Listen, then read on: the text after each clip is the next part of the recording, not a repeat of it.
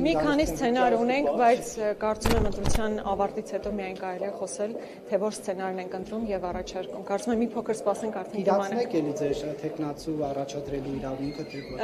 Եվ իրացնելը եւ չիրացնելը սցենարների մեջ կան, այսինքն կհասկանանք ընտրության արդյունքների ամփոփումից հետո վստահաբար կասենք ինչ ենք անում։ Թեկնածու Տիկին Ագնես Ախամոյան թեկնածություն դառնում եք։ Ունենք մեր թեկնածուն, առաջադրել ենք Տիկին Գալստյանին ու վստահ ենք ոչ որևէ այլ թեկնածու չի առաջադրվել։ Իշխանության ներկայացուցիչներին որոշում ունի կողմ դեմ։ Հա, յուրաքանչյուր անգամ հայտարարել ենք, որ չենք մասնակցելու իրենց քվեարկությանը։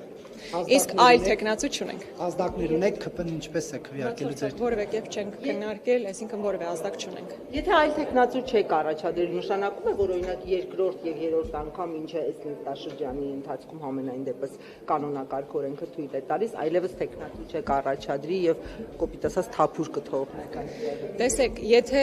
չընտրեն Լիլիթ Գալստյանին, դա նշանակում է, որ իրենք չեն ուզում, որպեսզի տվյալ հանձնաժողովի ղեկավարը լինի ընդդիմադիր ներկայացուցիչ։ Խնդիրը անձի մեջ չի, նշանակում է քաղաքական դիրքավորում ունի իշխող մեծամասնություն։ Այդ պատճառով է, որ մենք մտածում ենք, թեկնածուի փոփոխության հարց ուղղակի չի կարող այստեղ քննարկվել։